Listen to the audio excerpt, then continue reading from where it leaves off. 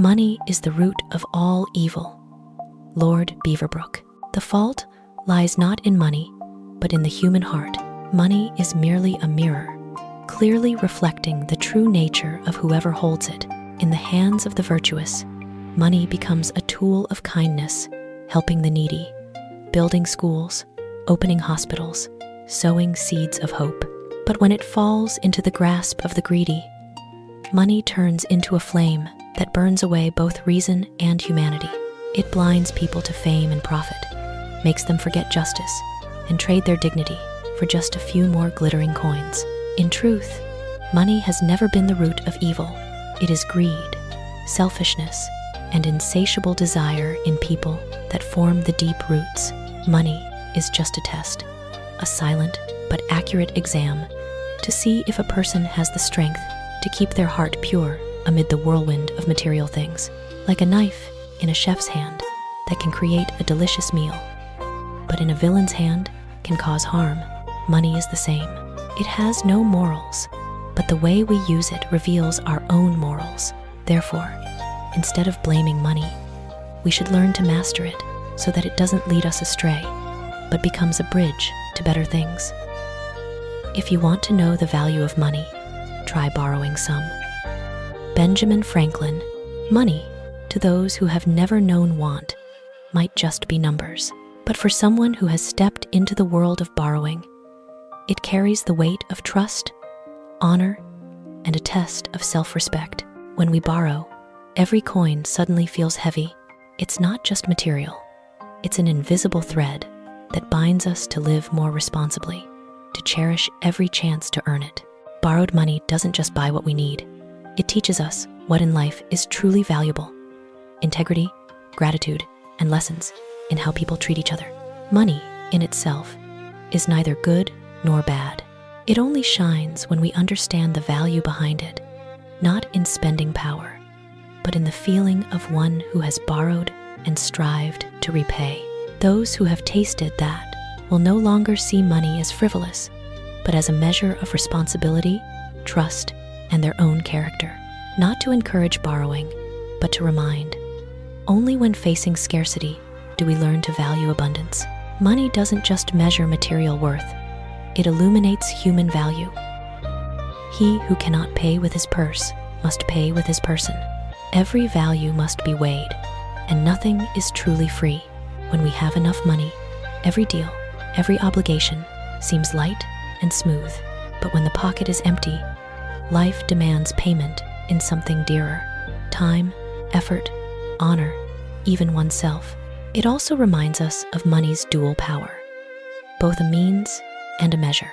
Those short on money learn the value of labor, effort, and sometimes humility. For in scarcity, people learn lessons of responsibility, balancing needs and abilities, a warning, but also a profound reminder about life. Money can solve many things, but when it's gone, the person, their patience, wisdom, and dignity must pay the price. And those who pay with themselves fully are the ones who truly mature, understanding the value of both money and themselves. Not lending money might lose a friend, but lending money might lose the friend and the money too.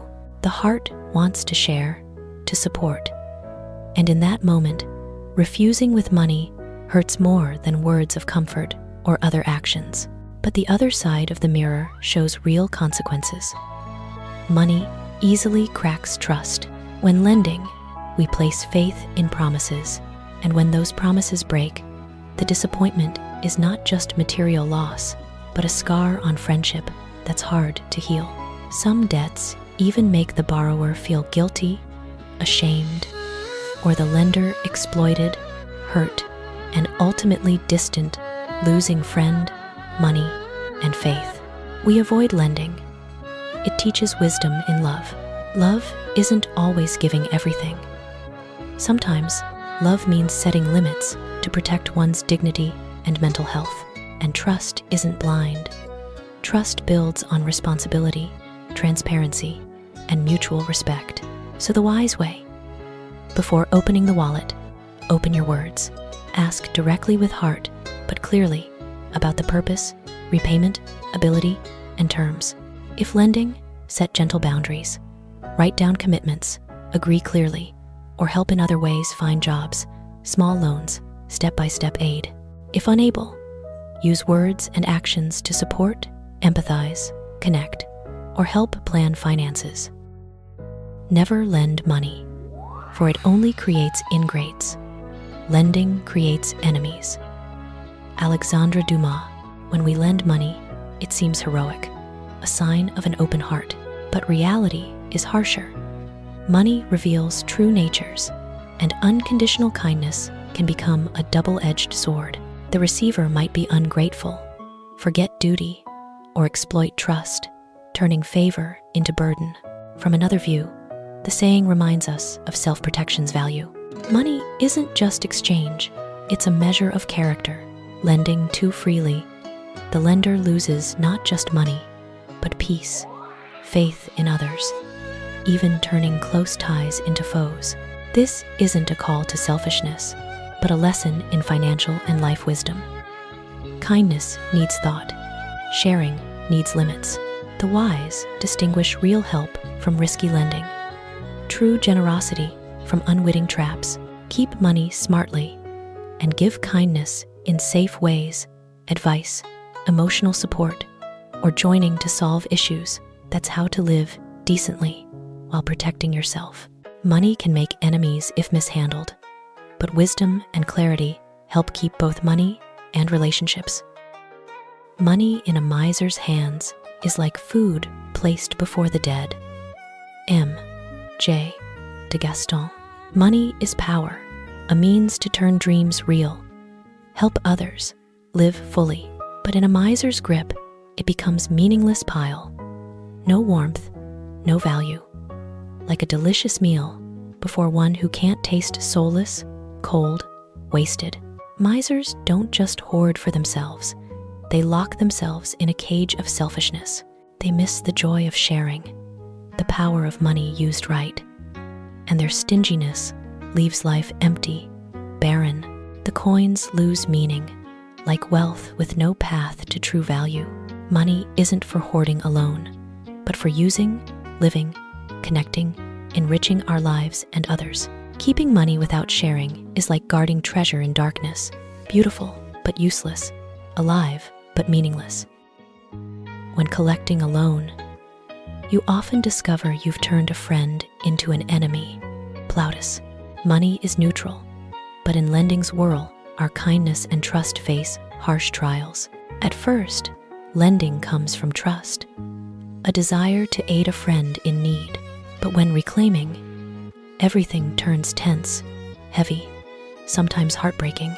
In demanding payment, we realize past promises, friendly smiles, sometimes just thin veneers. A once close friend can turn distant, defensive, even hostile. Money, big or small, becomes a barrier, and lost trust isn't easily restored. Human bonds can't be measured only by money.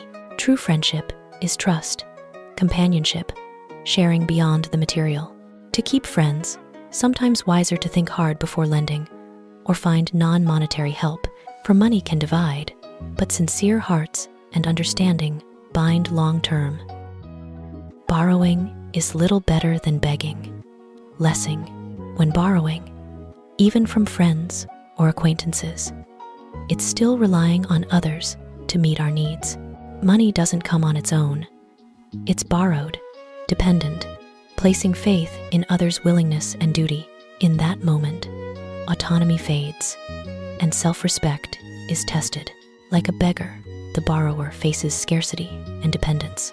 The thin difference between borrowing and begging is form one called deal or promise to repay, the other outright pleading. But in the end, both show helplessness before life's needs, making one feel small, embarrassed. When we don't borrow, when we earn our own, we keep dignity and self-respect. Things, money, no matter how much, can't buy back if lost. The creditor has a better memory than the debtor. B. Franklin. As lender, every amount, promise, due date, etches deep in the mind like an unforgettable mark. Creditors remember every detail from the sum lent, time, to the debtor's promises, knowing forgetfulness or carelessness can harm them. Conversely, debtors often forget, grow lax. When borrowing, many focus on immediate needs, short-term gains, forgetting the duty that follows. This forgetfulness isn't always intentional, but it sparks conflicts, misunderstandings, even ruins friendships or business ties. In money relations, memory and caution are key weapons. Remembering, managing, planning not only protects rights, but shows respect for self and others. Creditors remember better than debtors, not just because money matters, but because trust, duty, and transparency in human ties matter just as much. You can be young without money, but you can't be old without it. Tennessee Williams. In youth, we often see money as not everything. Health, energy, passion, and learning help overcome hardships, and material shortages sometimes become temporary experiences, even precious lessons. Youth has chances to recover, strength to earn, time to fix mistakes. But old age is different. As health fades, earning chances dwindle. Money becomes an essential lifeline for self-care, daily needs, peaceful final years. Lacking money in old age isn't just material instability, but mental pressure, loneliness, helplessness.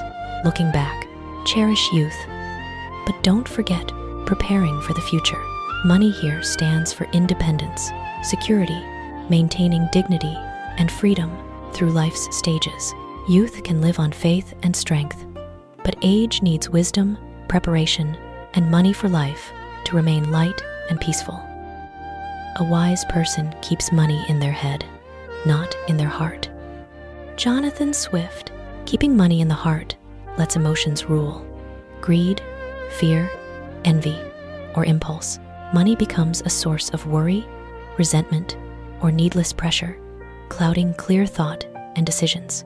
Instead, keeping it in the head means rational view, assessing value, planning spends, smart investing, managing risks.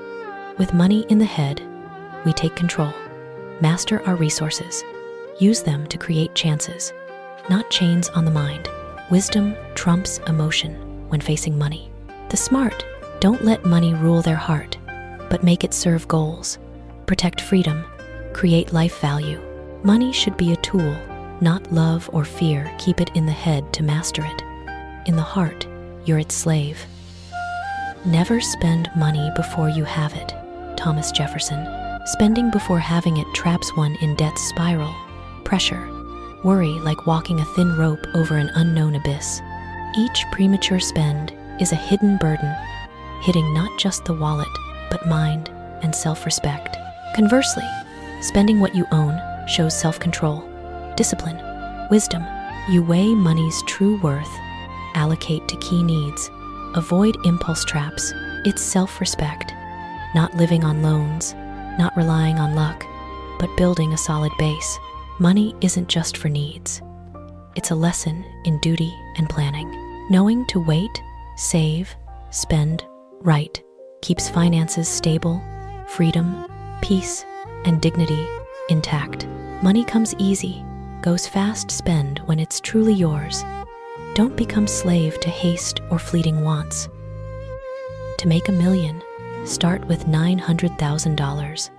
Morton Shulman. Money doesn't sprout from thin air, and no path to wealth is entirely easy. Rags to riches tales are exceptions. Most financial success builds on capital, foundation, ready opportunities. To reach big goals, assess abilities, resources, feasible steps rightly. Starting without base, making $1 million becomes grueling, even wasting time and energy. It reminds that money, like fire, needs skill and prep to be tool, not risk. Know your starting point. Build solid ground. Seize chances. Instead of dreaming $1 million from nothing, start with sure steps. Save, manage, wisdom turns goals real. When we do what we love, money will follow. other doors open. We feel useful, and work becomes a game. Julia Cameron, doing with true passion. We create not just products or services, but infuse energy, inspiration, dedication. Money here isn't the end goal, but natural result of value created.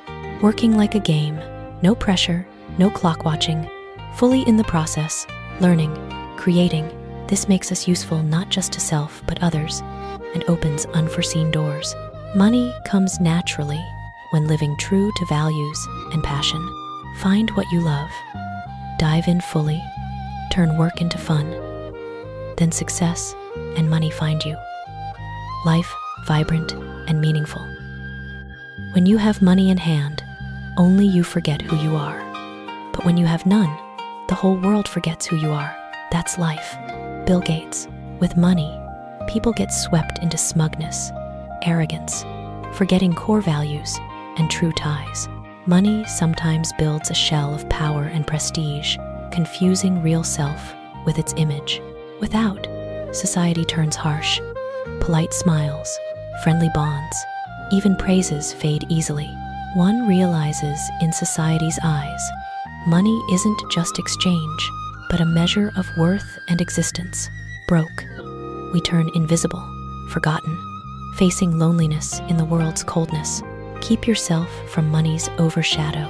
So rich or poor, you know your true self.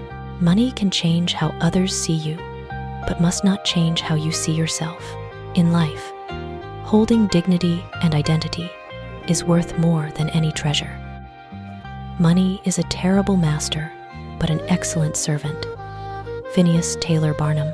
Letting money master us, traps in ambition, selfishness, invisible pressures, chasing it, forgetting self-value, happiness, cherished bonds. Then money's a bad boss, commanding, controlling, imprisoning the mind, but seeing it as tool, servant. It's wonderfully useful. Realizing plans, opening doors, guarding freedom, fulfilling dreams. Money then doesn't impose or control, but serves human goals and wisdom. Its means, not end. Tool, not boss. Wisdom in money management is knowing its right place. Use money well, create value, live comfortably, help others, but let it control. And you're stressed, empty, like a slave with no escape. Money as servant is ally, as master, silent enemy.